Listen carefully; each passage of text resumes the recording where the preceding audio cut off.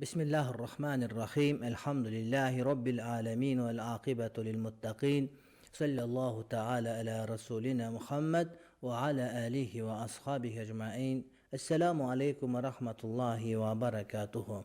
Урматтуу бир туугандар, биз азыр бүгүнкү сабагыбыз бул эки жүздүүлүк же болбосо мунафык деп айтат. Ошо мунафыктык жөнүндө сабак болот. Шариятыбызда мунафык деген эмне десе, изхарул хайри ва исрарул шар, бул жакшылыкты сыртка чыгарып, жамандыгын ичине бекитип алган. Өзү жаман, бирок сыртынан жакшы болуп көрүнгөн деп айтса, Азирет Ибн Журейч айтат: "Ал-мунафику юхалифу каулуху фи'лаху." Мунафык деген ким? Эки жүздүү. Бул анын сөзү кыймыл аракетине деген эткендерине, кыймыл аракетине каршы келет. Айтканы кылганына каршы келет. Ва сирруху аланиятаху, анын сыры ачыгына каршы келет. Ичи жаман, бирок сыртынан жакшы болуп көрүнөт. Ва мадхалуху махраджаху ва машхадуху ва магибаху дейт. Ошондой эле мунун адамдарга көрүнүп турганы, көрүнбөгөн жерине эмне каршы келип турат дейт. Кирген жеринен чыккан жери башка дейт. Бул деген сөз, урматтуу бир тууганым, бул адам эки жүздүү. İçinde başka bir nерсе, sırtında başka bir nерсе. Kuday tanıgan bolup, musulman bolgon bolup jakşı söyleyt, bирок içinde Kudayga karşılığı var. Adamlardı münafık деп айтабыз. Muna ошол münafıktın urmatlı bir tuğandar, çoğun münafık degenimiz var. Bul çınığı münafıktı iki yüzdүүлүк. Bul emne dese, bul adam sırtından iymandуу olup, musulman bolup görüngön menen içinde bul adam kapır. Bul adam paygambarыбыздын доорунда деле булар болгон, азыр деле бар, кийин деле болушат. Мына ошол мындай бир адамдардан коркушуп, же болбосо коомдук абалынан коркуп, же болбосо ушундай мусулманмын дебей койсом адамдар жаман көрүп калбасын деп, ичинен эмне ошол ичиндеги күфүрлүгүн, ичиндеги мусулман эместигин эмне бул адам бекитип коет. İbn Racab el-Hanbali en-nifakul akbar. En çok iki yüzlülük emne dese, ve huven yuzhiral insanu el-imana billahi ve malaikatihi ve kutubihi ve rusulihi vel yevmil ahir ve yubtinu ma yunaqidu zalika kullahu ba'dahu deyt. Bul Allah Taala'ga, periştelerge, paygambarlarga, kiteplerge, kıyamet günü iman keltirip, jana uşulardын bardığına, je uşulardын kebirine içinden karşı bolgon adam deyt. Demek bir adam imandımın dep koyup, bir Kur'an-ı Kerimge, je kiteplerge, je periştelerge iman keltirvese anda bul adam oşol iki yüzdülük münafıklık degen söz uşul adamga urmatlı bir tuğar memne gelip kala turgan bolot. Elbette sahabalar, paygambarыбыздын özünün talimin algan adamlar, urmatlı bir tuğandar iki yüzdü bolgondan korkuşkan, münafıktan korkuşkan. Misal üçün Hazreti Abu Darda degen paygambarыбыздын sahabalarının uluklarının biri deyt. İza faraga minet teşahhudi fis salati yeta'avvazu billahi minen nifaq ve yikthira ta'avvuza minhu. فقال له أحدهم وما لك يا أبا الدرداء أنت والنفاق قال دعنا أنك فوالله إن الرجل ليقلب عن دينك في الساعة الواحدة فيخلع منه deyt. Ошол аттахият окуганда, намаз окуганда аузу биллахи минен нифак, о Кудай Таалам сактай көр мен мунафыктыктан, эки жүздүлүктөн деп дуа кылганда, канча өлүшүн дуа кыла бересиң, сен мунафыктык болуп кала белең сен, өзүң сахаба болсоң дегенде айткан, ой бул жаман нерсе, адамдын жүрөгү керек болсо бир мүнөттө, бир учурда тез эле мындай бир ала салып кетиши мүмкүн. Демек адам дайыма эки жүздүү болгондон эмне сактаныш керек дейт. Hazreti Peygamberimiz Aleyhisselam münafıklıkın sıfatları jönündө aytkanda, Erbaun men kunna fihi kana munafiqan halisan. Kimde kim şul tört mындай bir sıfatqa, je bir mындай bir tört nersege ee bolsa, anda oşol adam emne taza, çınıgı münafık bolot deyt. Eger oşol tört nersenin birөө bolsa, demek münafıklıktın al adamda elementleri, belgileri bar degen söz bolot deyt. İza atumina khana, eger de bul adamga amanat tapşırılsa, bul adam kıyanat bolot. İkincisi süylöse jalgan süylöt, üçüncüsü birөө менен мындай bir uwada verse, uwadasına karşı çıgat. Dördüncüsü birөө менен uruşkanda çekten çıkıp ketet. Adamlar menен uruşat, uruşpagan adam bolboyt, bирок çekten çıkbaş gerek. Oşol birөө менен pikir geçpeslik bolup uruşup atkanda dagı, oşol учурда dagı çekten çıkıp aşıp mындай bir taптакыр өч алам деп ушундай кылган адамдар болуп калат. Ошол адамдардын бардыгы эмне? Иза хасам, эгерде бирөө менен мухасама кылып талашып кала турган болсо, анда фужурлук кылып, күнөөкөрлүк кылып чектен чыгып кетсе, мына ушул адам эмне? Мунафык деген маселе болуп келип калат, урматтуу бир тууганым. Münafıkların sıfatları jönündө Kur'an-ı Kerim'de jana Peygamberimiz Aleyhisselam sünnetinde gele turmatlı bir tuğandar.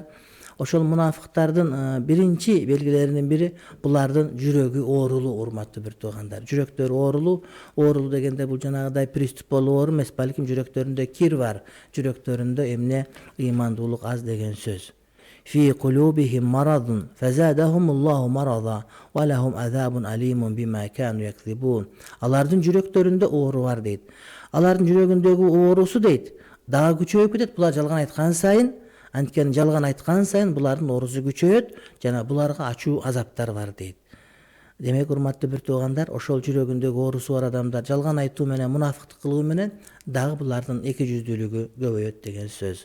Андан кийинкиси аттама шахвани, булар бардыгын үмүт кыла берет. Ушул мага береби, бул мага береби деп үмүт кылып өтө көп. Анан шахвани үмүт, булардын эңсө үмүтү, нафси үмүтү, булардын айвандык жанагыда шахват, козголуусу мына ушул көп болот, урматтуу бир тууган. Андан кийин бул адамдар бой көтөрөт, текебер болот. Анан эң негизгилеринин бири Аллах Тааланын аяттарына булар шылдыңдап мамиле кылат. Кээ бирөөлөр мен мусулманмын, мен ханафи мазхабындамын, мен андай мындаймын деп жатат бирнекени. Бирок ошол эле учурда мечиттерди, мусулмандарды, динди шылдыңдап маскаралай турган болот. Ошол маскаралагандар туура эмес. Жана динден сырткары бул адамдар мусулмандарды шылдыңдашат. Мусулмандарды шылдыңдап, аларды корду көрсөтүп, ошолорго сүйлөп, ошолордун өзүнө, өңү башына, кийим кечегине, сүйлөгөн сөзүнө чейин тийишип, бала чакасынан бери асылып, мына ушундай кылып шылдыңдагандар, мына ошолор, урматтуу бир туугандар, мунафык адамдардын белгилери. Анткени чыныгы мусулман адам мусулманды шылдыңдабайт. Кээ бирлер шылдыңдап, башка кылып, ушундай бар. Мана ар ким өзү билип турат. Мына ошол эмне, ал ошол анын эки жүздүүлүгү. Садду жана эң негизги нерселердин бири адамдарды нафака кылгандан тосушат. Азыр мынакей көптөгөн адамдар, Алла ыраазы болсун, муслимбиз аракетте болуп атат. Андан сырткары мына Надва Санабир уюму болуп атат. Андан сырткары Ассалам фонду мынакей колунан келгенди көрсөтүп атат. Айтор бардык уюмдар, посольстволор жардам берип атат. Мынакей жеке ишкерлер, мына бир туугандарыбыз, досторубуз канчалаган, урматтуу бир туугандар, Кудайым жакшылык берсин. Анан ошолорду мисалы үчүн биз көбүнчө багыт берип, ачык бергиле, элге үлгү болот десек, кээ бир адамдар же бере албайт, же бергенди көрө албайт. Ошолор бул ошол эки жүздүүлүктүн белгиси экен. Анткени адамдарга жакшылык кылынып атса, ошол жакшылык тосконго себеп болгондор эки жүздүүлүктүн, урматтуу бир тууганын белгиси экен. هم الذين يقولون لا تنفقوا على من عند رسول الله حتى ينفضوا ولله خزائن السماوات والأرض ولكن المنافقين لا يفقهون. Ушул мунафикун сүрөсүндөгү аятта алар дейт пайгамбардын жанында жүргөндөргө нафака бербегиле, андай кылбагыла, мындай кылбагыла. Алар пайгамбардын тегерегинен кетип кала турган болсун. Бул асман жердегинин баардыгы Кудайдын казынасы, бирок мунафиктар аны биле бербейт, түшүнө бербейт деген аятта келет. Ошондуктан ошол адамдарды жакшылыктан тоскон адамдар, жакшылык кылып аткан, ошол жакшылыктан үзгөн адамдар, мына ошолордо эмне мунафыктык бар деген сөз, урматтуу бир туугандар. Бул эң жаман сыпаттардын катарына эмне, урматтуу бир туугандар, эмне кошулуп кете берет. Булар мусулмандарды алдайт, мусулмандарды жаман көрөт.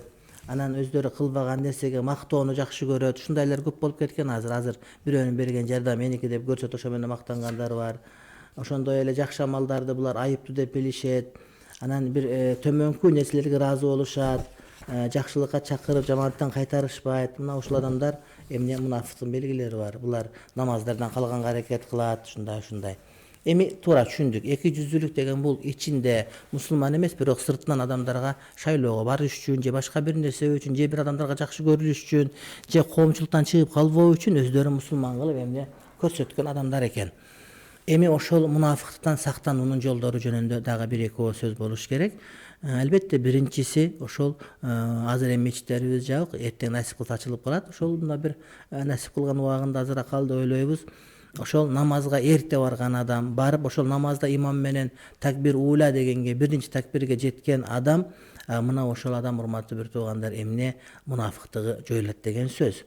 Анас ибн Маликин радиаллаху анху قال رسول الله صلى الله عليه وسلم من صلى لله 40 يوما في جماعة يدرك التكبيرة الأولى كتب له براءتان براءة من النار وبراءة من النفاق. İmam et-Tirmizi rivayet kılgan жақшы hadiste, Hasan hadiste Hazreti Anas ibn Malik Peygamberimiz Aleyhisselam rivayet kılıyor. Kimde deyit? 40 gün deyit. 40 gün jamaatка жетип, жамаатта такбир уулага кулак кагып кала турган болсо, бул адамга 2 кутулуу жазылат дейт. Биринчиси бараату минен нар, тозоктон кутулуу, экинчиси ва бараату минен нифак, нифактык 200-төн кутулуу деди. Жанагы даватта 40 күндүк дават деген жанагы далили жок дегендер мына ушул хадисти билиш керек. Анткени даватка чыкканда жок эле деген тутуп келгени мына ушул багымдат намазында, урматтуу бир тууганым, ошондой эле жанагы 5 мал намазда, бул 5 мал намаз дешет, 5 мал намазы жок дегенде ошол жамаат менен окуп, жамаатта дагы такбируллага жетишет. Демек ошол адам мунафыктан, 200-лүктөн жана тозоктон кутулган болуп эсептелет. Ошондуктан мына ушул нерсе бул жакшы маселе, аны урматташ керек, сыйлаш керек, эмне кылышыбыз керек. Буга шарх берген алымдар айтат, урматтуу бир тууга Азирет Тиби айтат: "Ай юамминуху фид дунья ан я'мала амалал мунафиqi ау юваффикуху ли амал ахли al-ikhlasi ва фил ахирати юамминуху мимма ю'аззабу бихил мунафиq ва яшхаду лаху би аннаху гайру мунафиq." Айтайын деген урматтуу бир туугандар, ошол дүйнөдө мунафыктар кылган амалдарды кылгандан сактап калат дейт. Мунафык болгондон сактап калат деген сөз, мунафыктардын белгилери бар. Мына ошол белгилерди кылгандан бул адам сакталып калат. Демек 40 күн 40 күн 5 мал намазга такбир уйлага кечикпей кулак кага турган болсо, бул адам тозоктон сакталат жана бул адам иншалла мунафыктан сакталат. Мунафык кыла турган иштерди кылбайт, кеч калбайт, убадага турат, алдабайт, урушуп кетсе катуу душмандык кылбайт жана башка нерселер, урматтуу бир тууганым. Демек ушул нерсеге аракет кылышыбыз керек. Андан кийинки маселе хуснул хулук ва тафаккух фид-дин, адеп ахлактын жакшы болуусу жана динди окуп үйрөнүү. Адам динди окуп үйрөнгөн сайын мунафыктыктан алыс болот. Анан динди окуган болумуш этип коюп, өзүнчө бир-эки маалымат алып, ошо менен диндин баарын билип алдым деп, бир-эки аят окуп коюп жүрө берген менен бул диний илим эмес, фыкых илимин, акыйда илимин окуп, туура илимди окуп, динди окуса, ошол адам барып мында мунафыктык чыгат. Ошондой эле адеп ахлакты оңдогонго аракет кылуулары зарыл болот.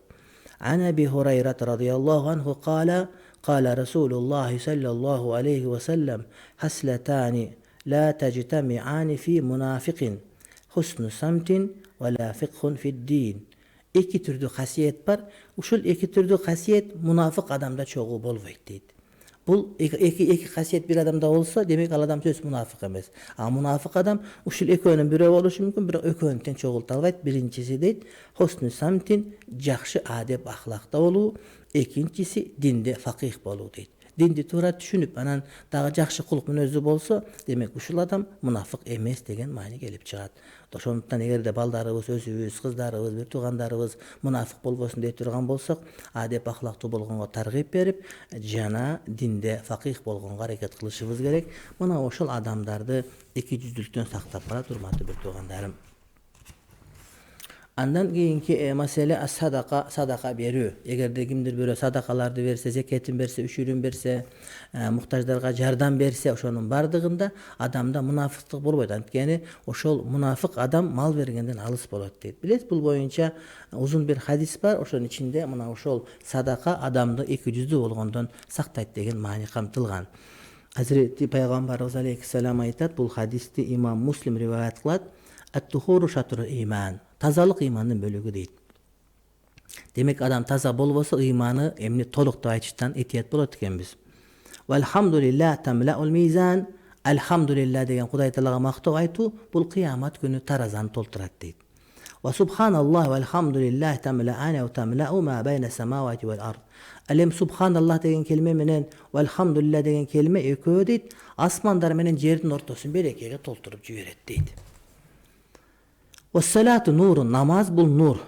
Namaz yok adam nuru yok. Vessadakatu burhanun, sadaka burhan dalil bolot. Birok emnege dalil bolot? Adamın imanı bar ekendigine dalil urmatty bir tuğanım. Sadaka bir batkandan narjagında imanı bar ekendiginden kabar gelip çıgatına. Uşul dalil, egerde bir adam münafık bolgusu gelbes anda sadaka verse, sadaka beri arqulu bul adamdan musulmançılığı imanı bar ekendigi taktalat. Vessabru diyaun. Alem sabırdoluk bul jarık bolot. Vel Kur'anu hujjatun leke av aleyk. Kur'an senin paydana, senin ziyanına dalil bolot deyt. Kullun nasi yagdu febayi'un nefsahu femu'tiquha av mubiquha. Her bir adam özünün nefsini satuvçu. Je beşike satat, je tozoqa satat deyt. Kılgan işine jaraşadan beşike bara veret, je olbosun tozoqa bara veret deyt. Андан кийинки мунафыктыкты эки жүздүүлүктү кетире турган касиеттүү иштердин бири кыямул лейл, бул тахажжуд намаздарын окуу. Азирети Катада рахимахуллах айтат: "Юкалу қаллама сахирул лейли мунафиq." Түндө тахажжуд окуган адамды мунафык болуш аз болот дейт. Демек мунафык адам тахажжуд окубайт. Эгерде сиз тахажжуд окуп аткан болсоңуз, анда өзүңүз көзүңүз сүйүүнү чартыңыз. Сизде эки жүздүүлүк деген жок экен, анткени сиз тахажжуд, урматтуу бир тууганым, намазын окуп атасыз. Андан кийинки маселе бул Кудай жолундагы жихад, ал жихаду фи сабилилlah. Кудай жолундагы жихад мамлекеттин эгемендүүлүгүн, бүтүндүгүн, дин тутуу эркиндигин, сөз эркиндигин, ой эркиндигин сактоо деген сөз. Мына ошол чыккандын бардыгы жихад өкүмүндө болот. Эң негизги жихад калиматуллахи ал-улия, Аллахтын акыйкаты бардыгынан жогору болсун деген нерсе үчүн болгон согуш жихад деп айтылынат. Мамлекеттин эгемендүүлүгүн коргоп аткан, чек араны коргоп аткан, ошол жерде жанагыдай бир өмүрүн берген адамдардын бардыгы мына ушундай касиетке ээ болот. Man mata wa lam yaghzu wa lam yuhaddith bihi nafsahu mata ala shu'bati min an-nifaq.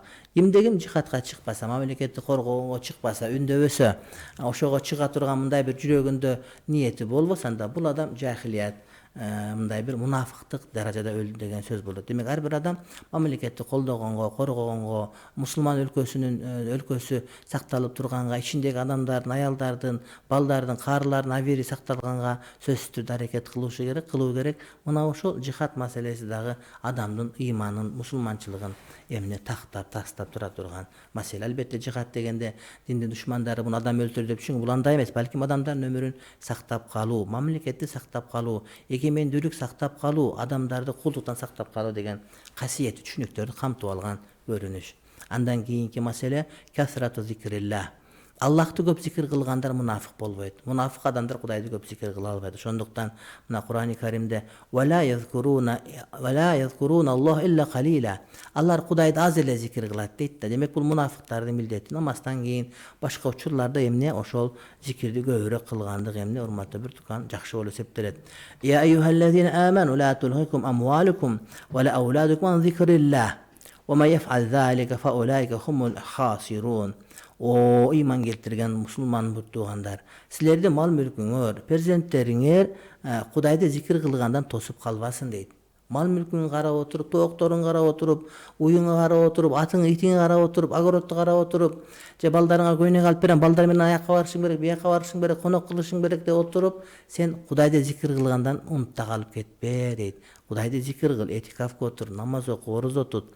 Айтор сенин балдарың жана малдарың сени зикирден тосуп калбасын.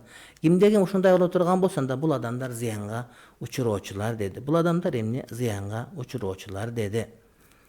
Кээ бир сахабалардан сурашты хавариждер жөнүндө. Алар ким?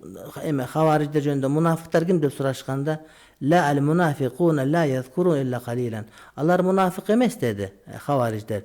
Мунафыктар кимдер? Булар Кудайды өтө аз зикир кылгандар, көп зикир кылбайт. Демек урматтуу бир тууганым, зикир кылганга аракет кылышыбыз керек. Зикир жөнүндө пикирибиз дайыма эмне толуп туруш керек. Кийинки маселе адам өзүн эки жүздүүлүктө сактап калуу үчүн болгон аракеттердин бири бул урматтуу бир туугандар дуа кылуу. Анткени дуа менен адам жамандардын өзүн тосот, өзүн кайтарат. Ошол дуа урматтуу бир туугандар, мисалы үчүн аузу биллахи минан нифак. О Кудай таала, мунафыктан мени сакта, нифак болгондон мени сакта деген сөз, деген дуа.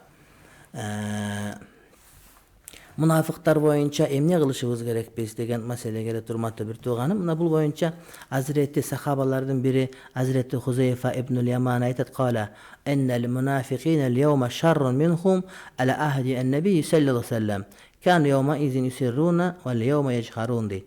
Бүгүнкү мунафыктар дейт абдан эле жаман дейт. Анткени пайгамбарыбыздын доорунда булар мунафыктык экенин билдирүүчү эмес дейт. Ичине катышчу азыркылар мунафык ачык эле чыгарат. Чындыгында интернет карап көрсөңүз, Facebook карап көрсөңүз, бүт эле ошо мунафык ачыкка чыгарып берет. Мен мусулманмын деп коюп бир нерсени сүйлөй берет.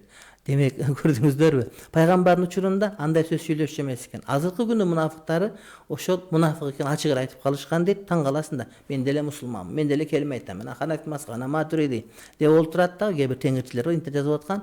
Ошолор Ханафи мазхабта мындай экен деп олтуруп, анан кайра ошол учурда динге, мечитке кадимгидей тийише берет. Ошонун кылганы таптакыр туура эмес маселе. Allah Taala Kur'an-ı Kerim'de iki cüzdüler derçive gel, alarga itaat kılbagalı dep buyruk bergen. Ahzab surasının 1. ayatında Hudaý Taala aytat: "Ya eyyuhan nebiyyü, o peygamber deydi. İttaqillaha, Hudaýdan gork, ve la tuti'il kafirine vel munafiqine." Kafirlardy jana iki cüzü münafıklardy erçive deydi. Antkenalar jakşylyk alyp barbayt, mamleketine egemmendүүлügüne, bütündügüne, dindin bütündügüne ziyanyn tegizip koýuşy toluk türde mümkün. Oşonduktan hormatly bir tugandar, munafık adamlar, efizud adamlar, prinsibi jok adamlar erçiveş gerek, alarga itaat kılbaş gerek. Ali aradu anhum ve zacruhum ve wa'zuhum. Allardan alys boluş gerek, allarda toktatuş gerek, allarda tyýyş gerek, allarga kale saýtyş gerek. Ey munafık андай kılba sen dep hormatly bir tugan memne aýtyş gerek, deş gerek. Bul boýunça Kur'an-ı Kerimde gelet. Ulaikellezine ya'lamullahu ma fi kulubihim fa'rid anhum wa'izhum qul lahum fi anfusihim kavlen baliga deydi. Buna şu münafıklar boyunca aların yüreğindögünü Hudaýym bilip turat, sen alardan baş tart, alarga itaat kılba degen söz. Adamul mucadeleti ve difa anhum. Şondoy ele oşol münafıklar menen talaşbaş gerek, aýtyşdyň geregi jok, alar menen jarışkandyň geregi jok. Gebir adamlar var, aýtyşyp oturup jaman bolup ketdi. Misal üçin muna hazırky учурda mындай bir jaman bir tendensiýa baýkalyp atat. Muna Özbekistanda oşol alımlar, mamleket işlep atkan, muftiyat işlep atkan, üniversite işlep atkanlar ana ошондой эле иштебей аткан Hizbut Tahrir жана башка уюмун өкүлдөрү менен аябай айтышуу жүрүп атат да ошол интернет айдыңында. Muhammed Sadık Muhammed Yusuf boyunca aябай сөздөр болду, анан башка болду. Birinin ayın bir aytып, birinin ayın bir aytып. Мына ушул мындан bir 20 жыл мурда дагы ошол тараптарда ушундай болуп айтышып, агыт карет баары бир деп бардыгына зыян келген. Ошондой нерсе биздин журттарга келбеш керек. Мен айтарым, ар кайсы жамаатта жүргөндөр эгерде бардыгыбыз кыблага баш коюп Кудай деп аткандан кийин ошол жамааттар бирин-бири жамандагандан, айткандан алыс болуш керек. Кээде жамааттын башчылары жакшы болгон менен жамаат ээрчип аткандар бирин-бири жамандагандар дугуп калып көрүп жүрөбүз, урматтуу бир туугандар. Ошондуктан келгиле, ошол башкалардын башына өтүп аткан нерсе бизге сабак болуш керек. Дагы айтышып деп, бул жаман деп, бунун айыбын айтып башка кылгандан алыс болуш керек. Эгерде кимдир бирөөнү байкап калсак, дароо токтотуш керек жана ошого жооп берүүнүн кажети жок. Азыр мен күзөтүп барам, кадимкидей бири-бирине жооп берип, сааттап жооп берип, ушундай бир кетип атат. Мына ушул жанагыдай бир индийский кинодой болгон жанагыдай виждан деп коет, мындай атифия, мындай бир эмоция калдырылып биринин айыбын бири таап атат да. Албетте илимий сөздөр бар, жакшы сөздөр бар, бирок ошол кимге пайда, кимге зыян, ошону менен жалпы үммөт, жалпы мусулманчылык зыян тартип кала тургандай болуп турат. Ошондуктан урматтуу бир туугандар, этият болойлу, канча мынча нерседен кем калганды үйрөнөлүк, айтышпайлык, канча мынча кемчилик болсо бирибизге бирибиз сын такпасын акырын сурап, оңдоп билип койсок болот. Бирок көчөнүн баарына чыгарып, ошентип акыйкат таап атам, акыйкат издеп атам деген менен мусулмандардын ынтымагын ыдыратып, ынтымактын жытын өчүрүп кубалап аткандар бар. Кудайым сактасын, бизге ошондой келбесин. Жана мен айтам, мосият урматтуу бир туугандарым, кошуна өлкөлөрдө ушундай кылгандарды койгула. Интернет булактарын түшүнгөн бар, түшүнбөгөн бар. Ал эмес мусулманчылыкка тиешеси жок болгон, бирок биздин кебетебизди кийип алган, мусулманча көрүнүп аткан мунафыктар бар. Ошолор ошондон пайдаланып кетпесин, дагы үммөттүн ынтымагы өтүп кетпесин. Үммөттүн ортосунда, алымдардын ортосундагы пикир келишпестикке бир маселелер, айрыкча фыкый маселеде болгон боло берет, аны эч ким токтотуп кое албайт. Акыл бар экен, адам бар экен, эс бар экен, ыктыяр бар экен, демек ихтилаф талашта сөзсүз түрдө болот. Анан эми кээ бир нерселерди ичке алып жутуп, ошондой урматтуу бир туугандар этияттыраак болсок жакшы болот.